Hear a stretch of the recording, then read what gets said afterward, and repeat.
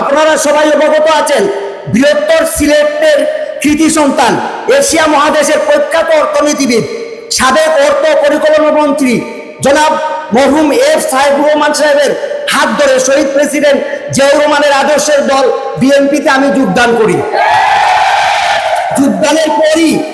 যোগদানের পরই বাংলাদেশ জাতীয় সংসদ নির্বাচন আসে। দলের চেয়ারপারসন আমাকে দলের প্রার্থী হিসাবে মনোনীত করেন 2006 সালে। 11 সংগঠিত হওয়ার কারণে সংসদ নির্বাচন হয় নাই। পরবর্তী সময়ে দেশনেত্রী সাবেক প্রধানমন্ত্রী বেগম খালেদা জিয়া আমাকে কমলগঞ্জ এবং শ্রীমঙ্গলের নির্বাচনী এলাকার 2টি উপজেলার দল গঠনের দায়িত্ব প্রদান করেন। দলীয় নেতাকর্মীদের নিয়ে আমি মত বিনিময় সভা করে আমি দলের নেতাকর্মীদের আশ্বস্ত করেছিলাম যে দলের যে কোনো পরিস্থিতিতে আমি আপনাদের সাথে আছি এবং থাকব। আমি আমার কথা মতো ঐক্যবদ্ধ, শত শত মামলা হামলা, জেল জুলুম, নির্যাতন, নিপীড়ন সহ্য করে আপনাদের সাথে আছি। ইনশাল্লাহ আমি আজীবন আপনাদের সাথে আছি। আমি আপনাদের ধন্যবাদ দিয়ে ছোট করবো না। আপনারাও দলের আদর্শে পরীক্ষিত সৈনিক, এই কারণে আপনারাও নির্যাতন, নিপীড়ন সহ্য করে দলের আদর্শ থেকে বিচ্ছিন্ন হন নাই। দলের সাথে এখনো নিবদ্ধভাবে কাজ করে যাচ্ছেন। 2008 সালের নির্বাচনে দলের চেয়ারপারসন বেগম খালেদা জিয়া আবারও আমাকে দানের শীষ প্রার্থী হিসাবে মনোনয়ন প্রদান করেন। আমার নির্বাচনী এলাকা থেকে বিএনপি উদ্দেশিত 4টি ইউনিয়ন কুলেউড়া আসনের সাথে কেটে নেওয়া হয়। তবুও তারপরও আমাকে দানের শীষের প্রতীক জনগণ বিপুল ভোট প্রদান করে। 11 সরকারের অদৃশ্য কারিগরি না থাকলে আমি বিজয়ী হতাম এবং বাংলাদেশ জাতীয়বাদী দল বিজয়ী হয়ে সরকার গঠন করত। প্রিয় সহকর্মীবৃন্দ, 2008 সালের নির্বাচনে আওয়ামী লীগ সরকার গঠন করলে আমার প্রতিদ্বন্দ্বী প্রার্থী উপাধ্যক্ষ এম শহীদ চিফ হুইপ মনোনীত হন। এরপর থেকেই শুরু হয় আমার এবং আমার নির্বাচনী এলাকার নেতাকর্মীদের উপর অসহনীয় নির্যাতন, নিপীড়ন এবং মামলা হামলা। পুলিশের তাণ্ডব ছিল অসহনীয়। 2010 সালে কমলগঞ্জে আমি সহ 64 জনকে আসামি করে পুলিশ আসর মামলা দিয়ে আমাকে এবং আমার ভাই উপজেলা চেয়ারম্যান শামীম আহমদকে জেল হাজতে প্রেরণ করা হয়। তারপর একটার পর একটা মামলা দিয়ে আমাকে জেল হাজতে টানা 3 থেকে 4 মাস আটকাইয়া রাখা হয়। পরবর্তীতে দলীয় কার্যক্রম করতে গিয়ে সময়ে সময়ে মামলা দায়ের করা হয়।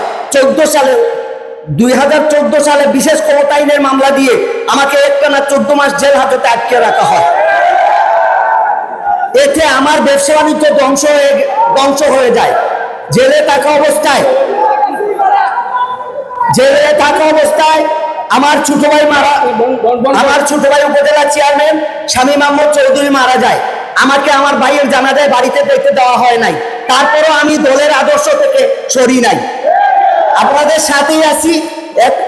এমনও ঘটনা আছে যে পুলিশি হয়রানির কারণে ঈদের জামাত না পড়ে ঘুরে বাড়ি থেকে পালিয়ে যেতে হয়েছিল। যখনই কোনো দলীয় কর্মসূচি আসতো নির্বিঘ্নে পুলিশ পাই।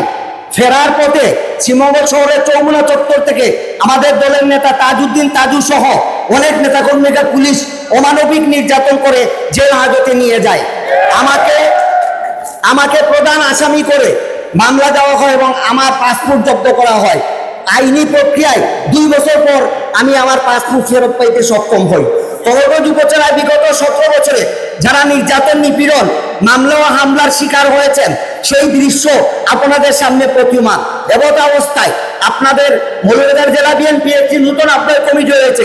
এই কমিটিতে আমাকে অন্তর্ভুক্ত করায় তাদেরকে ধন্যবাদ জানাই। আজকের এই কর্মী সভার আয়োজনে করেছেন মৌলভীবাজার জেলা আহ্বায়ক কমিটি।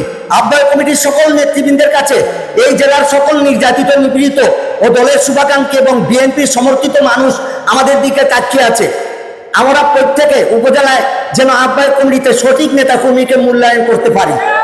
আমরা যদি তাদেরকে মূল্যায়ন না করে বিগত আওয়ামী লীগ ও বাকশালী সরকারের সুবিধাভোগী যাদের বড় বড় গাড়ি বাড়ি করেছেন, আন্দোলন সংগ্রামে বারবার অনুরোধ করে অংশগ্রহণ করেন নাই, যারা বলেছে তোমরা কি এখনো বিএনপিতে আসো নাকি, বিএনপি করো নাকি, যারা বলছে তাদেরকে যদি কমিটিতে অন্তর্ভুক্ত করা হয় তখন এই জেলায় ত্যাগী, নির্যাতিত, নিপীড়িত নেতাকর্মী আমাদের আহ্বায়ক কমিটিকে সম্মান সহিত দেখাবে না। তাই আজকের জেলা বিএনপির সকল সদস্যবৃন্দকে আমার অনুরোধ, আমাদের জন্য সকল নির্যাতিত নিপীড়িত মানুষকে কমিটির মাধ্যমে মূল্যায়ন করতে পারি, তখনই বিএনপির নেতাকর্মী ও সাধারণ মানুষ আমাদের আহ্বায়ক কমিটিকে সাধুবাদ জানাবে। প্রকৃত নেতাকর্মীদের নাম মূল্যায়িত হলে দল আগে বাড়বে, মানুষ দল করতে অনুপ্রাণিত হবে।